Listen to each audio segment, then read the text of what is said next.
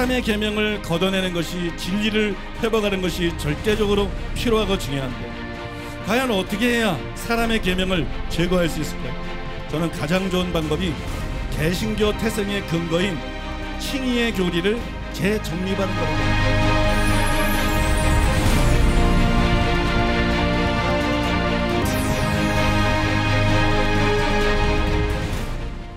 하나님의 말씀 함께 보시겠습니다. 오늘 우리에게 주신 하나님의 말씀은 로마서 1장 17절 말씀입니다. 로마서 1장 17절 말씀을 다 함께 한 목소리로 봉독하시겠습니다. 복음에는 하나님의 의가 나타나서 믿음으로 믿음에 이르게 하나니 기록된 바 오직 의인은 믿음으로 말미암아 살리라 함과 같으니라. 아멘. 이제 담임 목사님께서 나오셔서 기상천외 고진감래 감개무량이라는 제목으로 하나님의 말씀 선포해 주시겠습니다. 예, 오늘이 기상천외 고진감래 감개무량 두 번째 시간인데요. 두 번째 시간이면서 이 주제로 설명하는 것은 마지막 시간입니다. 먼저 지난 시간에 설명해 드린 것을 간단하게 좀 요약을 해드리면 16절에 보면 하나님의 능력이라는 표현이 나오는데, 여기서 하나님의 능력은 복음이 의롭다함을 받게 할 뿐만이 아니라 죄를 이기게 한다, 우리를 변화시킨다, 그런 뜻입니다. 또 17절에 나오는 하나님의 의는 이 학자들이 주장하는 것과 다르게 단지 법정적인 의를 뜻하는 거예요. 법정적인 의. 그런데 두 구절 사이에 뭐가 있죠? 왜냐하면이 있어요. 왜냐하면이 있기 때문에, 그래서 17절은 16절의 이유를 설명한 게 되죠. 이유를 설명한 게 되고 뜻이 서로가 이렇게 겹쳐집니다. 그런데 어떻게 의미가 서로 다른 두 가지에 대한 해석이 다 정당할 수 있느냐? 둘 다 서로 충돌이 되는데 어떻게 둘 다 그 해석이 옳은 것일 수 있느냐? 이게 이제 본문에 있는 난제 중에 난제예요. 근데 이게 질문도 어렵지만 이게 문제라는 거를 이상하게 인식을 못 하더라고요. 학자들이. 대표적으로 로이드 존즈 같은 분은 16절을 분명히 죄를 이기는 능력으로 이렇게 해석을 하고, 또 17절에 나오는 하나님의 의를 다른 학자들하고 다르게, 존 스토트도 마찬가지지만 다른 학자들하고 다르게 분명히 법정적인 의로 해석을 하는데, 그러면 충돌이 되잖아요. 가운데 왜냐하며 있기 때문에. 근데 그냥 16절은 16절대로 17절은 17절대로 이런 의미다, 그렇게 설명하고 그냥 만다고요. 여기에 대해서 문제의식이 없어요. 그래서 개별적인 설명을 드리면 맞는 것 같지만 이 접속사 문제를 생각해 보면 두 가지 다를 얘기하고 있는데 그게 사실 모순인 거거든요. 그러니까 이게 성경의 해석이 완성이 안 된 거죠. 그러니까 이걸 우리가 어떻게 해결할 수 있느냐, 지난 시간에 그거를 여러분들에게 설명해 드렸는데, 그 키가 뭐였어요? 16절은 포괄적인 설명이고 17절은 디테일한 설명이다. 이 17절은 복음이 하나님의 능력이다, 그 이유 전부를 설명한 게 아니죠. 전부를 설명한 게 아니고 그 이유의 부분을 설명한 거예요. 그래서 16절에 하나님의 능력은 죄를 이기게 하고 변화시키는 것까지 포함을 하고, 또 17절에 하나님의 의는 법정적인 의만 뜻한다고 할지라도 이게 서로 모순이 안 되는 거예요. 서로 모순이 되지 않고 완전한 조화가 되는 것입니다. 지난 시간에 여러분들에게 여기까지 설명을 해드렸습니다. 그런데 미처 지난 시간에 시간 관계상 설명해드리지 못한 것이 있는데, 사실은 제가 지난 시간에 설명해드린 것에 답이 다 들어있어요. 그래도 이제 사람들은 단편적으로 생각하기 때문에 저에게 이런 질문을 던질 수가 있습니다. 그런데 왜 복음이 우리를 구원하는 하나님의 능력이라고 했느냐? 17절에는 하나님의 의가 단순히 법정적인 의라면, 그런데 왜 16절에서 바울이 복음이 우리를 구원하는 하나님의 능력이라고 했느냐? 이 질문에 대한 답은 이미 지난 시간에 설명해 드린 데 나와 있는데요. 16절은 포괄적인 설명이기 때문에 8장에 나오는 설명까지 포함을 하죠. 또 8장에 보면 죄와 사망의 법에서 자유케 하는 생명의 성령의 법에 대해서 바울이 말을 하고 있어요. 그러므로 실제로 복음은 우리를 구원하는 하나님의 능력인 거예요. 그러니까 16절의 표현이 전혀 이상한 표현이 아니고 잘못된 표현이 아니라는 것입니다. 그런데 한 걸음 더 나아가서 저는 8장뿐만이 아니라 칭의에 대한 설명들도 복음이 하나님의 능력이라는 표현하고 모순이 아니다. 그걸 여러분들에게 설명해 드리고 싶어요. 제가 그렇게 생각하는 이유들이 있는데, 먼저 칭의가 없으면 이 복음이 우리를 구원하는 하나님의 능력이 될 수가 없죠. 칭의가 없으면 절대 우리를 구원할 수 없어요. 설사 죄를 이기게 한다, 변화시킨다, 그런다고 할지라도 의롭다함이 주어지지 않으면 복음이 우리를 구원하지 못합니다. 그러므로 법정적인 의도, 우리를 구원하는 능력의 일부다, 그렇게 봐야 된다는 거예요. 우리가 이 점을 이해하면 하나님의 의를 단지 법정적으로 이해한 것을 더 잘 우리가 이해할 수가 있습니다. 참고로 구원이라는 게 뭐냐? 이 구원이라고 하는 것은 정죄와 부패 두 가지 문제를 해결하는 거예요. 인간이 타락함으로 말미암아 정죄를 받게 됐어요. 인간이 또 타락함으로 말미암아 마음이 부패했어요. 그래서 죄를 지을 수밖에 없는 그런 존재가 됐잖아요. 이 두 가지 문제가 발생했는데 하나님께서는 예수님을 통해서 이 두 가지 문제를 해결하는 거예요. 이 점을 생각해 볼 때 둘 다를 우리를 구원하는 하나님의 능력으로 보는 것이 조금 더 이상하지 않다는 거예요. 왜 내적인 부패를 해결하는 것만 구원하는 하나님의 능력이냐? 여러분, 정죄의 문제를 해결하는 것도 우리를 구원하는 하나님의 능력의 한 부분이라는 거죠. 그래서 모순이 아니라는 것입니다. 또 칭의는 율법의 행위로는 불가능한 거예요. 로마서 3장 20절 여러분이 너무 잘 알아서 인용할 필요도 없는데, 율법의 행위로는 의롭다함을 받는 게 불가능합니다. 그런데 이 불가능한 것을 가능하게 만드는 것, 이 불가능한 것을 가능하게 만드는 게 칭의예요. 그러므로 하나님의 능력이라는 단어를 칭의에 적용을 해도 이상하지 않다는 거예요. 하나님의 능력이라는 표현이 칭의에도 잘 어울린다는 거예요. 이건 또 로마서 3장 23절에도 잘 나타나 있습니다. 모든 사람이 죄를 범하였음에 하나님의 영광에 이르지 못하더니. 모든 사람이 죄를 범하였음에 하나님의 영광에 이르지 못했다. 하나님의 영광에 이를 수가 없어요. 모든 사람이 죄인이고 모든 사람이 죄를 범했기 때문에 하나님의 영광에 이를 수가 없어요. 하나님의 영광에 가득한 저 천국에 갈 수가 없어요. 하나님 앞에 나아갈 수가 없어요. 영생을 얻을 수가 없어요. 그런데 모든 사람이 할 수 없는 이것을 가능하게 한 게 뭐냐? 그게 칭의잖아요. 그래서 그 다음 절에 보면 24절에 보니까는 그리스도 예수 안에 있는 속량으로 말미암아 하나님의 은혜로 값없이 의롭다 하심을 얻은 자 되었느니라. 모든 사람이 죄를 범해서 하나님의 영광에 이를 수가 없는데, 이게 불가능했는데 이 불가능한 것을 가능하게 한 것이 칭의다. 그래서 여러분, 칭의에도 얼마든지 하나님의 능력이라는 이 표현이 어울린다는 거죠. 또한 성경에서 바울은 직접 칭의를 하나님의 능력과 연관을 시켰습니다. 로마서 8장 3절로 4절. 율법이 육신으로 말미암아 연약하여 할 수 없는 그것을 하나님은 하시나니 곧 죄로 말미암아 자기 아들을 죄 있는 육신의 모양으로 보내어 육신의 죄를 정하사 육신을 따르지 않고 그 영을 따라 행하는 우리에게 율법의 요구가 이루어지게 하려 하심이니라. 이 구절에 나오는 이 하나님의 능력, 이 하나님의 능력하고 동일한 표현이 나와요. 그 동일한 표현이 뭐냐면 할 수 없는 그것을 하나님은 하신다. 이 문구의 뜻이 두 가지. 먼저 3절에 나오는 곧 죄로 말미암아 자기 아들을 죄 있는 육신의 모양으로 보내어 육신의 죄를 정하사, 이것입니다. 이거를 의미하는 거예요.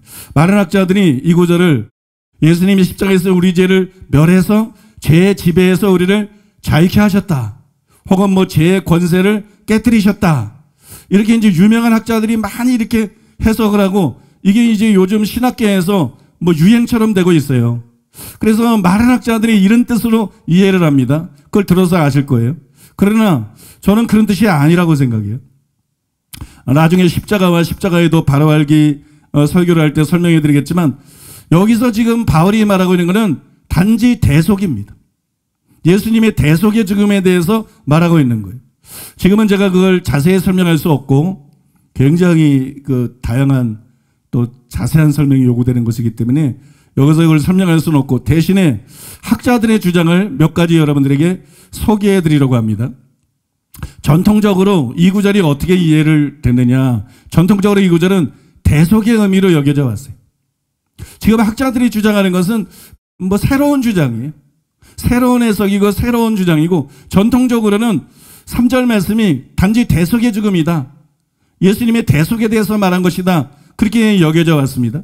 그래서 대부분의 초기 교부들, 초대교회의 어떤 종교 지도자들, 또 종교 개혁자들, 그리고 그 이유를 잇는 그 개혁주의 주석가들, 개혁주의 학자들, 이런 사람들은 로마서 8장 4절까지를 칭의로 이해를 했어요. 3절뿐만 아니라 4절도 칭의에 대해서 기록한 것이다. 이렇게 이해를 했어요.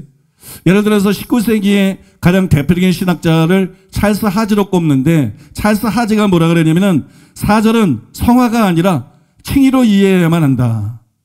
하나님은 율법의 요구 사항들이 충족되도록 하기 위해서 죄를 정죄했으며, 특히 율법에 주된 요구는 죄에 대한 사망 판결이다. 이렇게 주장을 했어요. 저는 과거에는 이런 해석에 동의하지를 않았어요. 그런데 로이드 존즈 같은 경우에는 이거를 어떻게 보냐 그러면 예수님의 대속으로 율법의 요구가 이루어졌고 또 성령을 통해서 하나님 위해서 열매 맺는 것 둘 다를 의미한다. 육신을 따르지 않고 그 영을 따라가는 우리에게 율법의 요구가 이루어지게 하려 함이니라. 이게 예수님의 대속의 죽음을 통해서 율법의 요구가 다 이루어져서 율법은 우리에게 더 이상 요구할 게 없다는 것이다. 그래서 율법이 우리를 정죄하지 못하고 우리가 의롭다함을 받을 수 있다는 것이다. 이 대속의 뜻도 있는 것이고 또 그 죽음을 통해서 성령이 우리에게 주어졌기 때문에 그 성령을 따라서 행하게 될 때, 육체를 따르지 않고 성령을 따라서 행하게 될 때 실제로 율법의 요구를 이루면서 하나님 말씀대로 살 수 있다. 이 두 가지 의미가 다 있다. 이게 여러분 로이드 존지의 견해인데요. 저는 이 해석이 가능하다고 생각합니다. 아무튼 제가 이걸 소개해드린 이유는 많은 사람들이 3절을 대속의 죽음으로 이해했다는 거예요.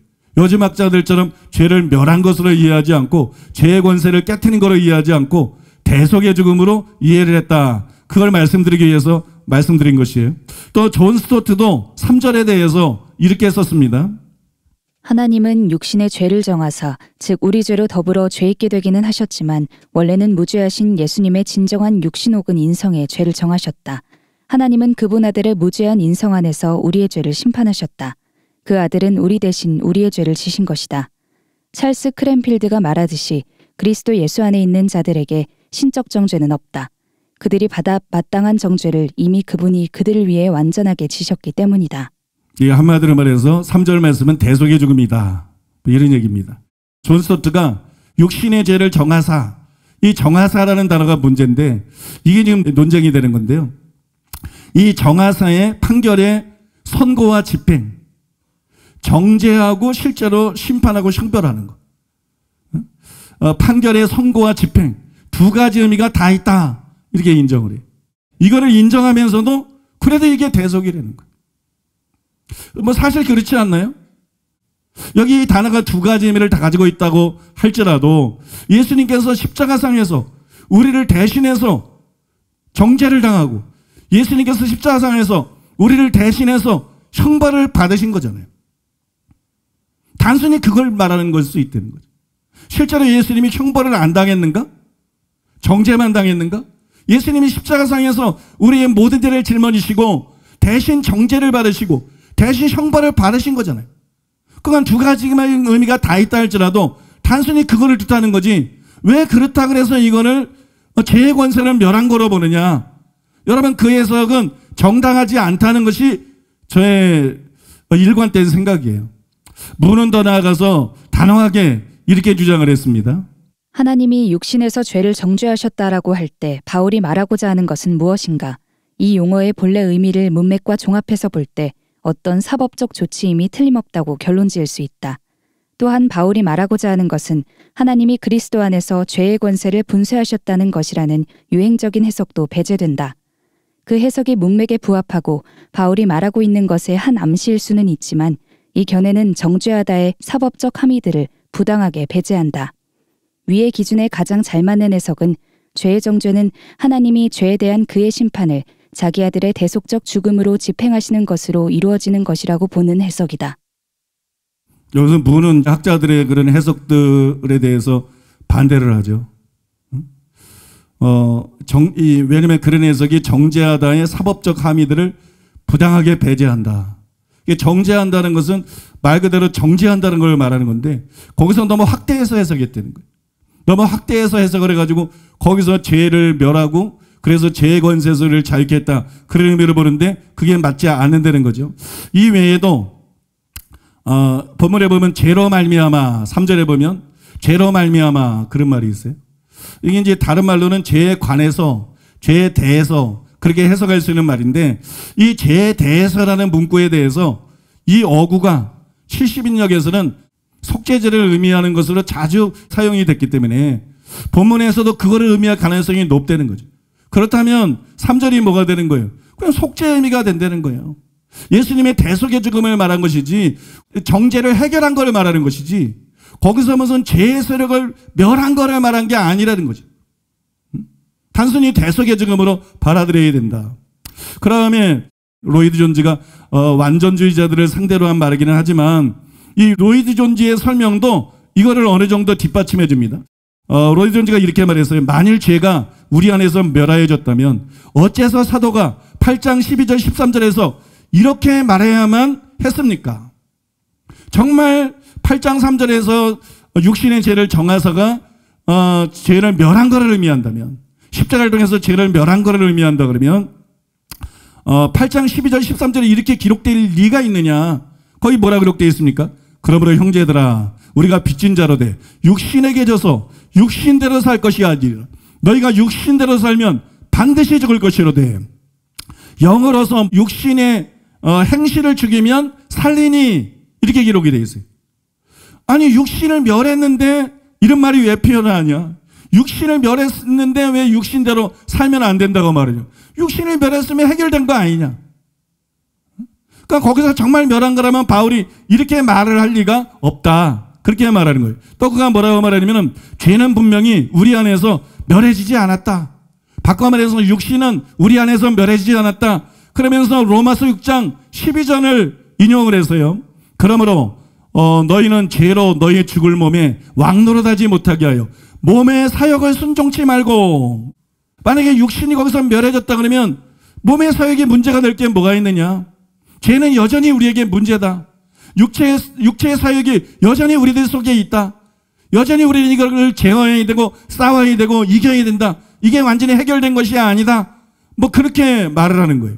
물론 여러분 학자들의 책을 많이 읽어보고 과거에 또 설교를 들은 분들은 아시겠지만 뭐 학자들은 이걸 임의와 아직의 관계로 그렇게 풀어나가려고 그래요. 죄가 멸해지기는 했는데 그냥 권세가 깨뜨려진 거지. 그러니까 죄의 문제가 여전히 있다. 근데 이게 말이 안 되니까 모순이 되니까 그걸 갖다 끌어들여서 그렇게 설명을 하고 있는 거지. 그 설명이 충분하지가 않습니다. 그 설명이 충분하지가 않아요. 또 하나 이제 로이드 존지가 자기 나름대로 결정적이라고 생각하는 하나의 논증을 거기서 소개를 했는데 그거는 육신의 죄를 정하사 이걸 한번 깊이 생각해 보려는 거예요. 여기 정하사 이 단어가 1절에도 나와요. 1절에 나오는 단어하고 같은 단어인데 1절에 뭐라고 하냐면 그리스도 예수 안에 있는 자에게는 결코 정죄함이 없나니 이렇게 기록되어 있어요. 정죄함 이게 그 단어예요. 3절에 나오는 정하사하고 이 1절에 나오는 정죄함이 없다. 이 정죄라는 단어가 같은 단어예요. 왜 1절에서 정죄라고 번역했을까요? 정죄를 뜻하니까. 근데 왜 같은 단어가 1절에서 분명히 정죄를 뜻했는데 3절에서는 왜 이게 예수님이 십자가상에서 우리를 위해서 대신 정죄를 당하고 형벌을 당함으로 우리 죄를 짊어지신 것이 아니라 그거를 넘어서서 죄를 멸했다고 자꾸 주장을 하느냐. 죄를 멸했고 죄의 관세에서 우리를 자유케 했다고 보느냐. 여러분 그것이 정당하지 않다는 거죠. 상당히 일리가 있지 않나요 여러분? 아무튼 그러면 3절은 하나님이 십자가를 통해서 죄의 권세를 분쇄하셨다. 그런 뜻이 아니에요. 3장이나 5장에 설명한 아브라함의 복, 즉 의롭다함의 근거인 대속을 뜻하는 것입니다. 또한 이 구절에 하나님의 능력과 동일한 로마서 8장 3절 4절에서 하나님의 능력과 동일한 할 수 없는 그것을 하나님은 하시나니는 4절을 받고 있어요. 4절에 보면 육신을 따르지 않고 그 영을 따라가는 우리에게 율법의 요구가 이루어지게 하려 하심이니라. 이걸 뜻하는 거예요. 성령의 약속을 뜻한다는 겁니다. 거듭나게 하시고 거룩하게 하시는 성령의 사역을 뜻하는 것입니다. 하나님은 이 두 가지를 통해서 율법이 할 수 없는 것을 하십니다. 율법은 우리를 구원 못해요. 우리는 율법 행위로 의롭다함 받을 수 없어요. 그 율법이 할 수 없는 것, 이 율법이 할 수 없는 것을 하나님이 이 두 가지를 통해서 하는 거예요. 하나님 예수님을 통해서, 하나님 성령님을 통해서 하시는 것이 이 두 가지를 통해서 불가능한 것을 가능하게 하십니다. 그러므로 여러분,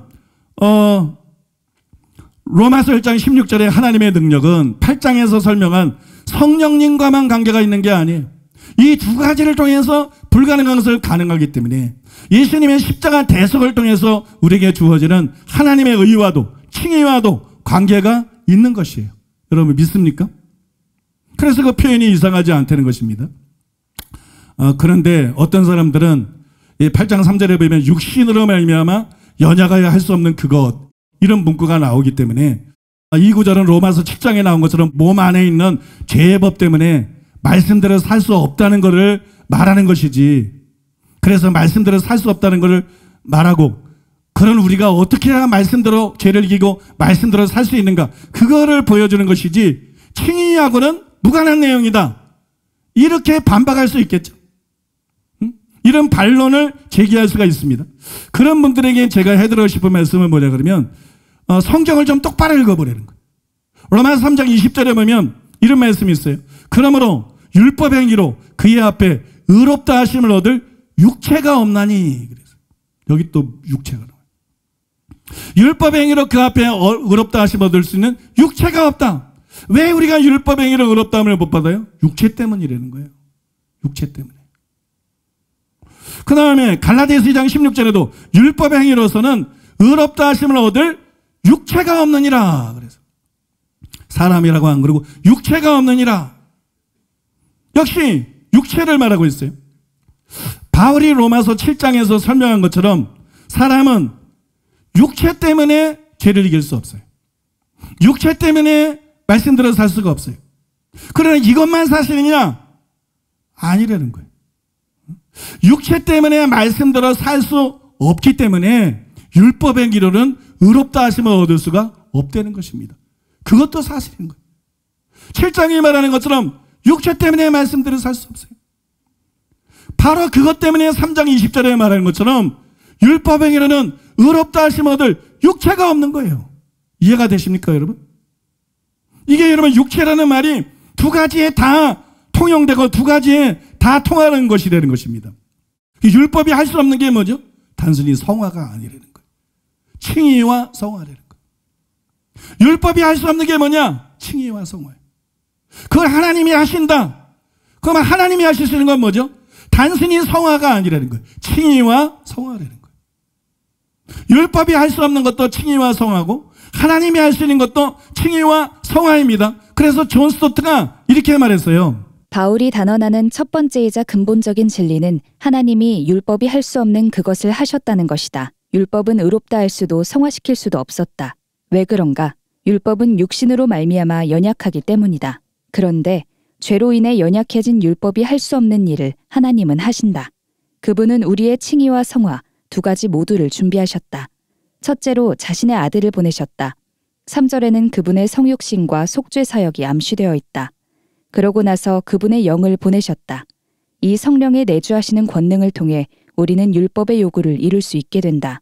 이처럼 하나님은 자신의 아들을 통해 우리를 의롭다 하시며 자신의 영을 통해 우리를 성화시키신다. 율법이 할 수 없는 걸 하나님이 하시는데 한마디로 말해서 뭐냐? 하나님은 예수님을 통해서 우리에게 의롭다함을 주시고 성령님을 통해서 우리를 거룩하게 하신다. 믿습니까? 이게 율법이 할 수 없는 걸 하나님이 한 거예요. 율법이 할 수 없는 게 뭐예요? 구원이에요. 바로 하나님의 율법이 할 수 없는 그런 구원의 역사를 이루시는 거예요. 그러므로 이 로마서 8장 3절에 율법이 육신으로 말미암아 연약하여 할 수 없는 그것을 하나님은 하시나니, 이 말씀은 죄를 이기는 거랑만 관계가 있는 것이 아니라 칭의와도 관계가 있는 것이에요. 이렇게 칭의와도 관계가 있기 때문에 로마서 1장 16절에 하나님의 능력은 성령의 약속뿐만이 아니라 의롭다 하심에도 사용이 가능한 표현이죠. 그래서 우리를 죄에서 실제로 이기게 하는 것은 로마서 8장 한참 뒤에 나오지만, 아니 지금 16절이 하나님의 능력이라 그랬고 복음이 17절에 왜냐하면 있으니까 하나님의 의도, 우리를 구원하는 하나님의 능력을 부분이라도 설명하는 것이 돼야 되는데, 과연 하나님의 능력이라는 표현을 사용한 게 가능한 것이냐, 또 하나님의 의를 법정적인 의로만 보는 것이 가능한 것이냐. 제가 그렇게 해석을 했고 다 설명해 드렸잖아요. 그것이 여러분 가능하다는 것입니다. 그것이 여러분 정당하다는 것이에요. 그러니까는 지난 시간하고 오늘에 이어서 나머지 마무리까지 여러분에게 설명해 드린 그 16절과 17절에 대한 해석, 이것이 뭐예요? 옳다는 것이. 그것이 성경적인 것이고 그것이 옳은 해석이라는 것을 알 수가 있다는 것입니다. 여기까지가 여러분 17절에 대한 해석이에요. 16절과 17절 사이에서 일어난 충돌에 대한 답변, 그리고 이제 그 해석이 여기까지입니다. 지금부터는 반론에 대해서 여러분들에게, 여기에서 예상대로 반론에 대해서 설명을 해드림으로써 이 해석이 정말 맞는 해석인가, 이게 초유의 해석인데 정말 믿을 수 있는 해석인가, 우리가 한번 점검해보는 시간을 갖고자 합니다. 뭐 제목은 그렇게 되어 있어요. 잔악계나 불조심, 꺼진 불도 다시 보자. 여러분 지난 시간하고 오늘 설명해드린 해석이 완성되고 난 다음에 저는 이 해석이 옳다, 그런 강한 확신을 갖게 됐어요. 이 해석이 옳다. 왜냐하면 설명해드린 대로 타당성이 있으니까, 그걸 이제 이해하고 깨달았으니까 정말 이 해석이 옳구나. 근데 이제 막 시간이 지나가니까 이 해석이 성경적으로 문제가 없다, 반론이 없다. 제가 목사님들을 다 물어봐도 반론이 없다. 그 다음에 설명들이 모두 들어맞는다. 그렇지만 과연 바울이 로마서 1장 16절에서 복음이 하나님의 능력이라는 말을 할 때 과연 로마서 8장까지 그렇게까지 멀리 내다보고 그 말을 했을까? 과연 그렇게까지 멀리 내다보고 이 말을 했을까? 이런 의문이 막 들어오는 거야, 스스로. 그런 의문이 막 스물스물 기어 올라오는 거야, 내 속에서. 그래서 제가 고민하다가 최근에 수양관에 갔을 때 이 문제에 대해서 확실히 해결하고 내가 확실한 답을 알아야 되겠다. 그래서 이제 로마서 1장을 묵상하기 시작했어요. 맨 처음에는 이제 머릿속에서 성경 구절을 떠올리면서 막 묵상하고 있어요. 뭔가가 이제 또 단서가 떠올리고 깨달으면서 이제 성경을 펴서 읽으면서 또 확인하고, 진짜 맞나 문맥을 통해서 확인하고 정리하면서 그렇게 읽기 시작했어요. 감사하게도 하나님께서 그날 만족할 만한 깨달음을 주시더라고요. 이런 의문은 정당한 의문인데, 누군가를 할 수도 있는 의문인데 여기에 대한 만족할 만한 깨달음이 왔어요. 그걸 여러분들에게 이미 여러분들에게 해드린 설명들과 함께 정리를 해서 여러분들에게 설명해 드리고자 합니다. 먼저 이미 해드린 설명에 드러나 있는 제 해석이 타당하다는 증거들부터 먼저 말씀을 드리겠습니다. 그 다음에 수양관에서 깨달은 것을 추가로 거기에서 말씀을 드려서 이 해석이 과연 성경적이고 바른 해석이라는 것을 여러분들에게 증명하고자 합니다. 첫째로 15절이 그 증거예요. 15절에 보면 이렇게 기록되어 있죠. 나는 로마에 있는 너희에게도 복음을 전하기를 원하노라. 바울이 기존 신자인 로마 교회 성도들에게 복음을 전하기 원했습니다. 그런데 기존 신자들에게 복음을 전할 때 어떻게 하겠어요? 주 예수를 믿으라 이러겠어요? 아니면 회개하고 복음을 믿으라 이러겠어요? 그게 아니라 복음에 대해서 자세히 설명하겠죠. 그죠? 복음에 대해서 구체적으로 자세히 설명을 할 것입니다. 당연하죠. 그러므로 17절부터 8장까지 복음을 자세히 설명한 것이라는 저의 견해가 옳다는 것이. 지금 바울은 복음 전하고 있는 게 아니다, 불신자들에게.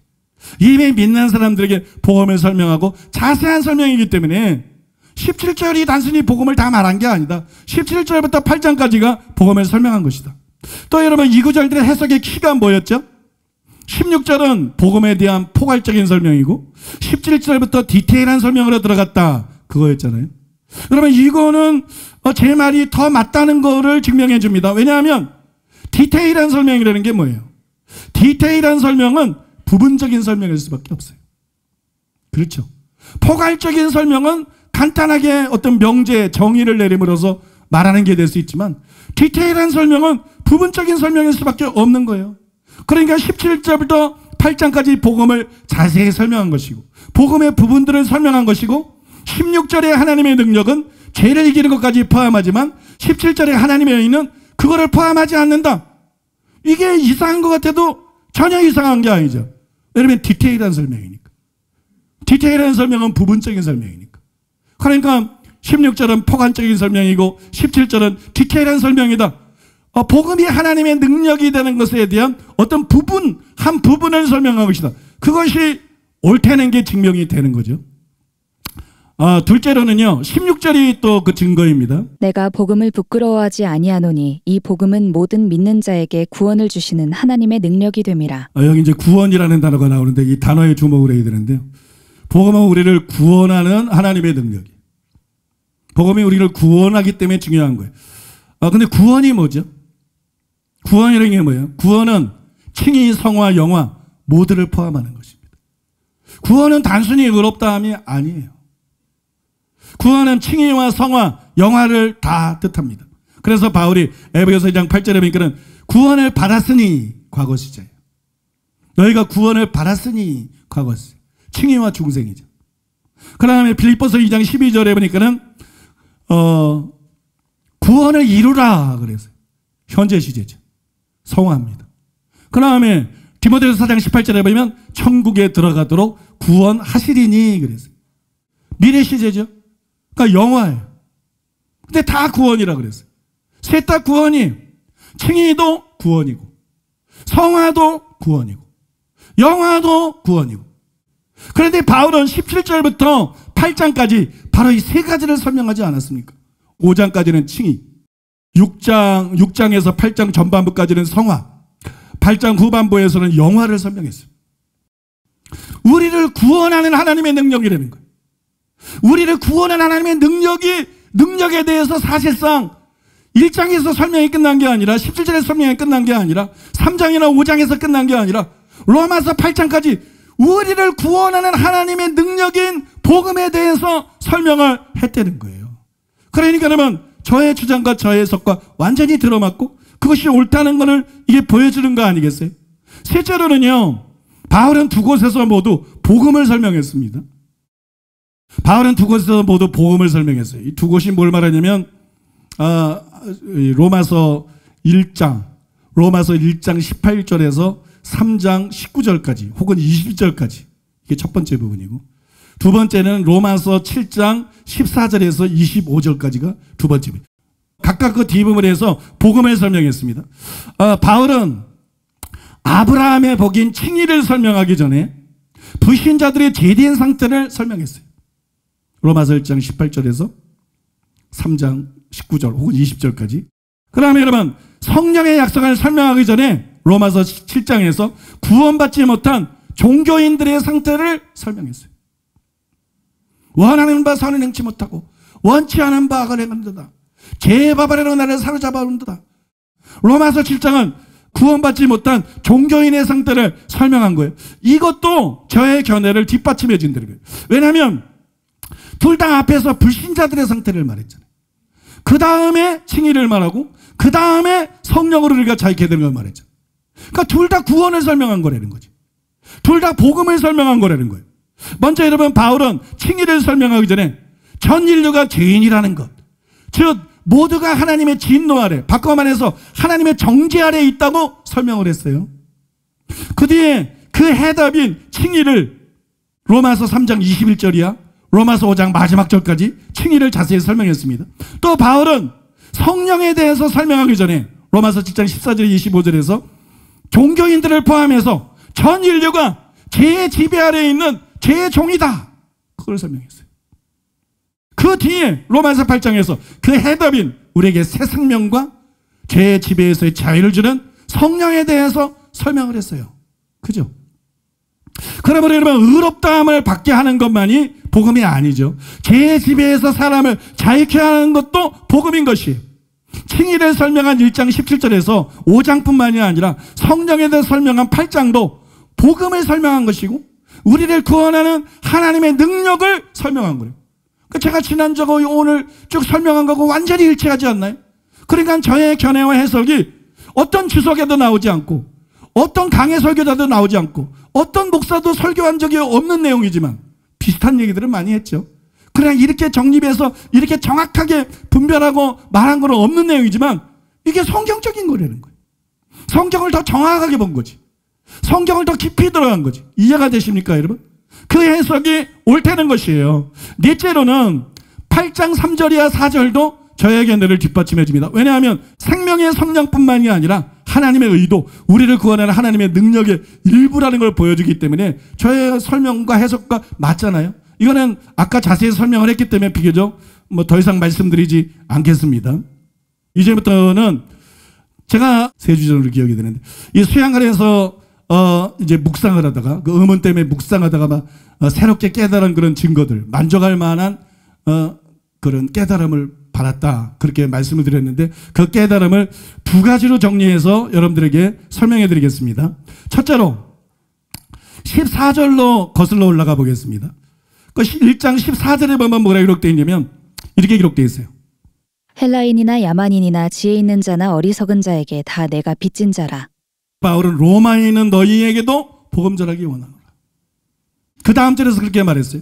그럼 왜 복음을 전하기 원하냐? 나는 복음을 부끄러워하지 않기 때문이다. 왜 복음을 부끄러워하지 않느냐? 여기 접속사들이 한글 성역에 번역 안 된 거를 포함시켜서 말씀드리고 있다는 거 아시죠? 복음이 우리를 구원하는 하나님의 능력이기 때문이다. 우리를 구원하는 하나님의 능력을 어떻게 부끄러워할 수 있나? 그래서 나는 자랑스럽게 이 복음을 로마에 있는 너희에게도 전하기 원하노라. 그런데 이거는 복음에 대한 포괄적인 설명이에요. 복음은 우리를 구원하는 하나님의 능력이다. 그리고 그 뒤에 뭐라고 말했냐 그러면 먼저는 유대인에게요, 그리고 헬라인에게로다 그랬어요. 먼저는 유대인에게요, 그리고 헬라인에게로다. 근데 이것이 여러분 그 증거예요. 왜냐하면 이것은 14절을 상기시키기 때문에. 복음은 먼저는 유대인, 그 다음에 헬라인들에게 구원하는 하나님의 능력이다. 근데 14절에 뭐라 그랬어요? 헬라인이나 야만인이나 지혜 있는 자나 어리석은 자. 이게 소위 말해서 인크루지오 구조예요. 그러니까 이게 무슨 내용이냐 그러면 학자들이 단락을 어떻게 나누든 그거랑 상관없이 14절부터 이 16절까지가 한 묶음이라는 거예요. 14절부터 16절까지가 한 묶음이고 복음을 포괄적으로 설명한 것인 거예요. 또 로마서 2장 9절에서 10절도 이거를 어느 정도 뒷받침해 줍니다. 악을 행하는 각 사람의 영에는 환난과 공고가 있으리니 먼저는 유대인에게요 그리고 헬라인에게며 선을 행하는 각 사람에게는 영광과 존귀와 평강이 있으리니 먼저는 유대인에게요 그리고 헬라인에게라. 여기 또 그 말이 나오잖아요. 먼저는 유대인에게요 그리고 헬라인에게라. 2번이나 나와요. 그런데 이게 9절과 10절인데요. 이 9절과 10절은 무슨 내용이냐면 6절 이하 8절에 이어서 행위 심판의 원리를 간략하게 소개한 것이에요. 하나님은 외모를 보지 않는다. 하나님은 행위대로 심판하신다. 그래서 말씀대로 사는 자가 아니면 천국에 절대 들어갈 수 없다. 그 내용이에요. 그 원리를 간단히 설명합니다. 그 다음에 11절 이하 29절까지 2장 전체를 할애해가지고 바울이 설명한 게 뭐예요? 행위심판에 대해서 설명한 겁니다. 앞에서 원리를 말하는 행위심판에 대해서. 제가 말씀을 알기만 하지 말고 말씀을 반드시 지켜야 된다. 믿습니까? 그런 사람만 이면적 유대인이고 그런 사람이 진짜 마음의 할례를 받은 사람이고 그런 사람이 진짜 하나님의 백성이고 그런 사람이고 천국 간다는 것을 자세히 설명을 했어요. 근데 똑같은 문구가 16절에도 나와요. 그리고 16절도 이와 구조가 똑같다는 것이 바울은 16절에서 복음은 우리를 구원하는 하나님의 능력이다. 그러니까 행위 심판의 원리를 설명한 것처럼 복음에 대해서 간단하게 포괄적으로 정의를 한 거예요. 그 다음에 17절부터 8장에 이르기까지 실제로 우리를 구원하는 하나님의 능력이는 그 복음의 내용, 의롭다함과 성령의 약속에 대해서 자세히 설명을 한 것이에요. 이런 구조를 서로 이렇게 비교해 볼 때 16절은 복음을 포괄적으로 정의한 것이 틀림이 없다는 것이에요. 그 후에 17절부터 바울은 복음은 뭐다 이렇게 안 해요. 복음에는 그 복음을 실제적으로 이제 구체적으로 설명하기 시작하는 거예요. 복음은 하나님의 능력인데 복음에는 하나님의 의가 나타나서 믿습니까? 이제 복음을 이제 자세히 설명하기 시작합니다. 그리고 그 주제가 하나님의 의를 딱 던져놨어요. 복음이 왜 우리를 구원하는 하나님의 능력인가? 첫째로 무엇보다도 하나님의 의 때문이다. 믿는 자에게 주어지는 의롭다 하심 때문이다. 예수님의 십자가를 통해서 주어지는 대속의 죽음을 통해 주어지는 그 법정적인 의 때문이다. 믿습니까? 그 다음에 그 법정적인 의, 즉 의롭다 하심을 5장까지 계속 설명했어요. 로마서를 읽어보면.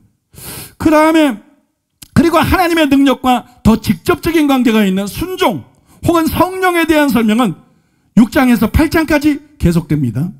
여러분, 그러니까는 제가 지난주에 설명해드린 그대로라는 거죠. 제가 지난주에 설명해드린 그대로고 그것이 옳다는 것이. 그런데도 또 이런 질문이 있을 수 있어요. 그러나 바울이 복음이 하나님의 능력이라는 것을 정말 이렇게 두 단계로 설명했을까? 그렇게 보는 것이 가능할까? 또 그렇게 보는 것이 정당할까? 그렇게 보는 것이 정말 정확한 관점일까? 정확하게 본 것일까? 그것이 정말 정확한 해석일까? 제가 이제 그 문제를 가지고 고민을 하다가 5절을 통해서 답을 얻었어요. 5절에 보면 이렇게 기록되어 있어요. 그로 말미암아 우리가 은혜와 사도의 직분을 받아 그의 이름을 위하여 모든 이방인 중에서 믿어 순종하게 하나니, 이렇게 되어 있어요. 이게 5절에 나오는 얘기예요. 우리가 다른 건 16절, 17절이고 5절에 믿어 순종하게 하나니. 믿어 순종하게 하나니가 뭐죠? 바울이 복음을 전하는 목적입니다. 우리는 자꾸 요새 전도 열심히 하는 분들이 장점이 있고 단점이 있어. 전도 열심히 하는 거는 장점이야. 근데 왜 결심 기도시키려고 전도해? 결심 기도시키려고. 그냥 믿게 하려고 전도해. 그러나 바울은 그러지 않았어요. 바울은 왜 복음을 전하느냐? 믿어 순종하게 하기 위해서 전도했어. 바울은 예수님이 명령한 그대로 했어. 너희는 모든 족속으로 제자를 삼아 내가 너에게 분부한 모든 것을 가르쳐서 지키게 하라. 여러분, 이걸 확실히 하셔야 돼. 믿게만 하는 교회들이 너무 많아. 믿게만 많은 설교자들이 너무 많아. 예수님은 뭐라 했어요? 내가 너에게 분부한 모든 것을 가르쳐서 지키게 하라. 가르쳐서 지키게 하라. 지키게 하라. 근데 지키는 거는 기도하지 않으면 안 돼. 맨날 설교만 듣고 성경 공부하고 큐티만 한다고 안 돼. 기도해야 돼. 믿습니까? 성령 받아야 돼. 성령을 의지해야 돼. 여러분, 이게 여러분들에게 주어지는 분별력이에요. 예수님이 제자들 보고 뭐라 그랬나? 강해 설교하고 제자 하려고 큐티해가지고 말씀 잘하고 믿게 하라 이랬나? 내가 너에게 분부한 모든 것을 가르쳐서 지키게 하라. 근데 목사가 어떻게 지키게 해? 성령만이 할 수 있어요. 성령만이 도와줄 수 있어요. 성령만 이기게 할 수 있어요. 여러분, 말씀 배우는 거 반, 기도하는 거 반이래야 되는 거예요. 말씀 배우고 어떻게 살아지고 또 어떻게 우리가 말씀 들어 살아? 기도해야 되는 거예요. 하나님께 무릎 꿇고 기도해야 되는 거예요. 여러분, 기도 안 하고 그렇게 예배만 나오면 안 돼. 매일 기도하십니까? 기도 시간이 정해져 있습니까? 날마다 기도하십니까? 여러분, 하다못해 30분이라도 시작하시고 최소한 1시간은 하시고 2시간도 하시고 3시간도 하시고 여러분 정해서 기도해야 돼요. 살기 위해서 기도해야 돼요. 살기 위해서. 죄를 이기기 위해서 기도해야 돼요. 믿습니까? 죄를 이기기 위해서 기도해야 돼요. 천국 가기 위해서 기도해야 돼요. 좀 심하게 말하면 지옥 안 가기 위해서 기도해야 돼요. 여러분, 기도하기를 결단하고 기도하는 여러분 되시기를 예수님의 이름으로 축복합니다. 여러분, 여기에 나오는 믿음의 순종체 하나는 바울이 복음을 전한 목적을 기록합니다. 이게 우리가 복음을 믿을 때 일어나는 일이에요. 믿어 순종케 하나님. 진짜 회개하고 참 믿음에 가린 자에게 일어나는 일이에요. 이게 우리 믿을 때 일어나는 일이고, 복음이 우리를 구원하는 하나님의 능력이라는 것을 다른 말로 표현한 것이기도 합니다. 그러므로 당연히 하나님의 의뿐 아니라 믿어 순종케 하나님이라는 말은 성경의 약속을 포함하고 있는 표현인 것이에요. 그런데 17절에 하나님의 의, 즉 칭의를 설명한 것만으로는 이와 같은 복음에 대한 설명으로 역부족인 거예요. 복음은 단순히 믿게 하는 게 아니기 때문에. 복음은 단순히 믿게 하는 게 아니라 믿어 순종케 하는 것인데, 칭의를 설명한 거 가지고 이 믿어 순종케 하는 복음에 대한 설명으로 충분한가요? 그렇지 않죠. 5장까지뿐만이 아니라 6장이야 8장의 설명이 반드시 필요한 거예요. 성령에 대한 설명이 반드시 필요한 거예요. 이해되십니까? 그래야 이런 결과가 도출이 되기 때문에, 그래야 믿어 순종케 하는 일이 실제로 일어나기 때문에. 이해가 되십니까? 칭의를 설명한 1장 17절에서 5장까지뿐만이 아니라 6장이야 8장도 복음이 우리를 구원하는 하나님의 능력이라는 것을 설명한 것이다. 이런 저의 견해하고 완전히 일치되지 않나요? 믿습니까? 그러므로 여러분, 복음은 실제로 8장까지 설명한 것입니다. 믿습니까? 우리를 구원하는 능력을 실제로 8장까지 설명한 것이고, 17절은 여러분 디테일한 설명으로 들어간 것이고 부분적인 설명인 것이고, 제가 여러분들에게 설명해드린 그 모든 것이 옳다는 것이 이걸 통해서 또 한번 드러나는 것이. 이제 마지막으로 두 번째죠. 한번 따라해 볼까요? 16절과 17절에 왜냐하면은 똑같은 것이 아니다. 로마서 1장 16절이야 18절에는 왜냐하면이 연거푸 나옵니다. 16절에 두 번, 17절에 한 번, 18절에 한 번. 왜냐하면 이렇게 원거푸 나오는데 우리 한국말 성경에는 번역이 안 되어 있습니다. 연거푸 나오고 각각 이 왜냐하면 후에 전절의 이유를 설명을 했어요. 왜냐하면 그러면서 앞절에서 말한 그 이유를 그 뒤에 이렇게 설명을 했어요. 그런데 17절에서 이게 왜냐하면이 딱 끝나버리면 좋은데, 그러면 복음이 우리를 구원하는 하나님의 능력이 된 거를 17절이야 8장까지 설명한 거야. 이렇게 설명하기 좋은데, 17절에서 왜냐하면이 끝나면 좋은데 18절에도 왜냐하면이 나와. 그게 잘라지는 느낌이 든다는 거지. 18절에도 왜냐하면이 나와. 그래서 17절에서 앞절의 이유를 다 설명한 것이다. 이렇게 생각하기가 쉬워요. 즉 바울이 17절에서 복음이 우리를 구원하는 하나님의 능력인 이유를 다 설명했고, 18절부터는 다른 설명으로 넘어간 것이다. 이렇게 우리가 착각하기가 쉽다는 것입니다.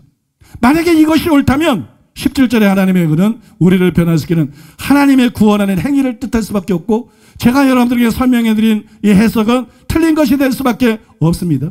그래서 제가 이것을 고민하다가 깨달은 것이 있는데, 그걸 여러분들에게 이제 마지막으로 설명해드리고자 합니다. 자, 잘 들어보시기 바랍니다.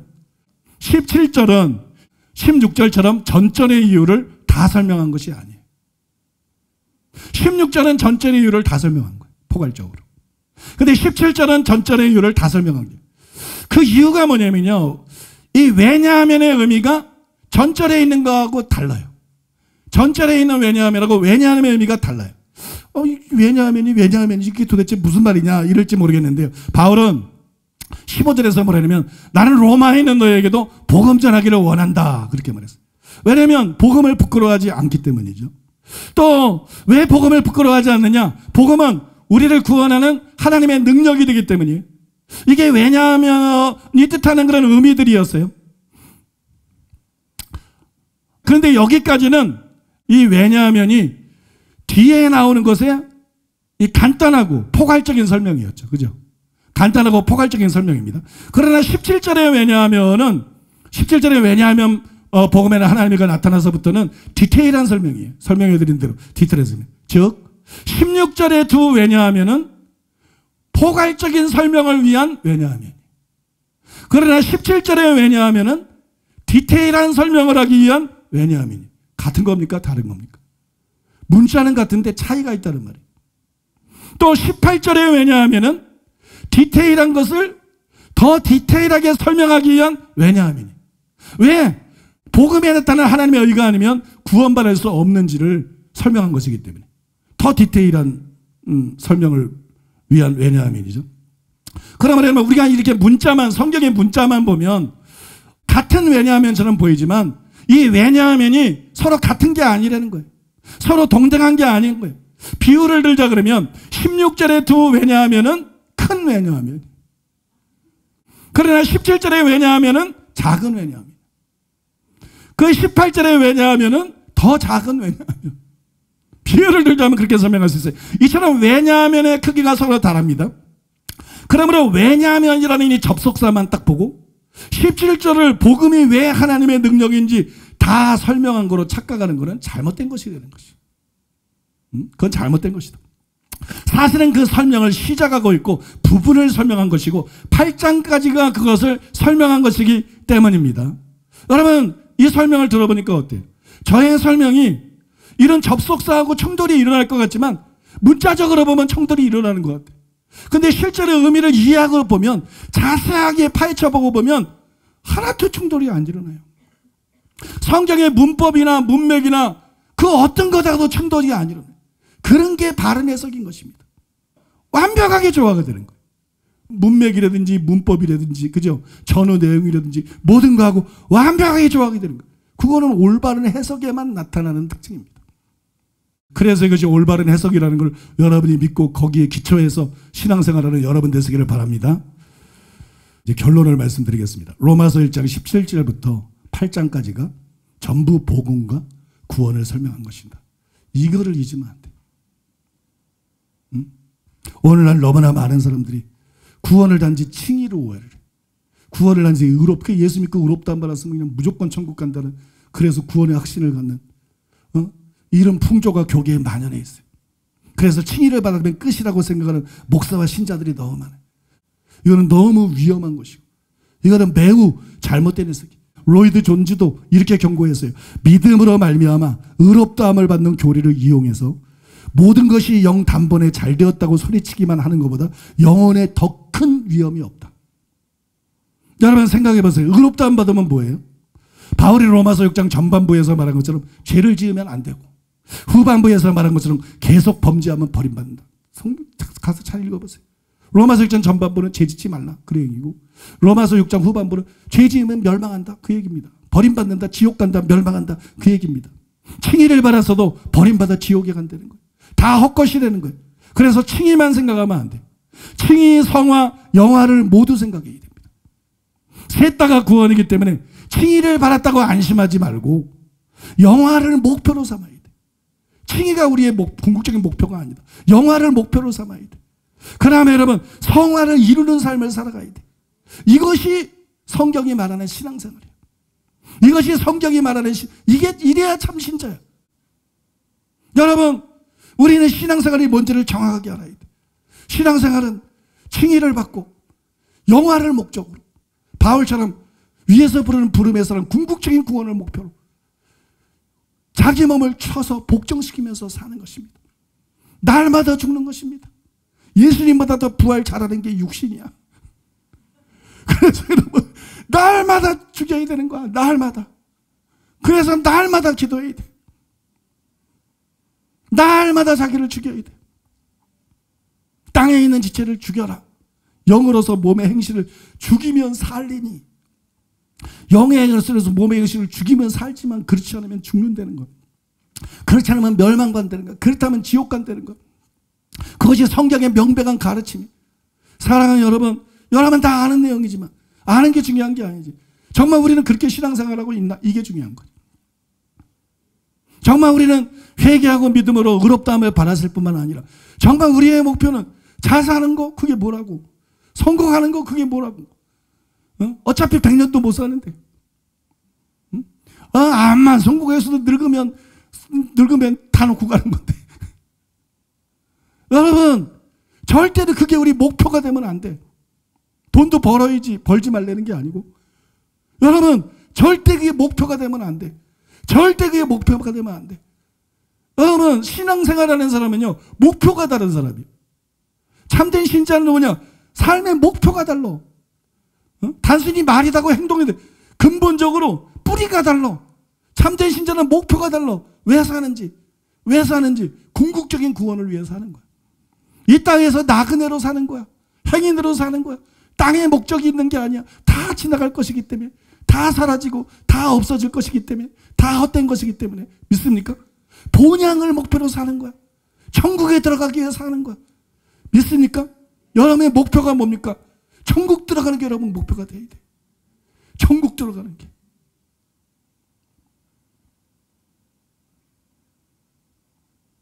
천국 들어가는 게 여러분 목표가 돼야 돼. 그래서 어떻게 살아야 되겠어요?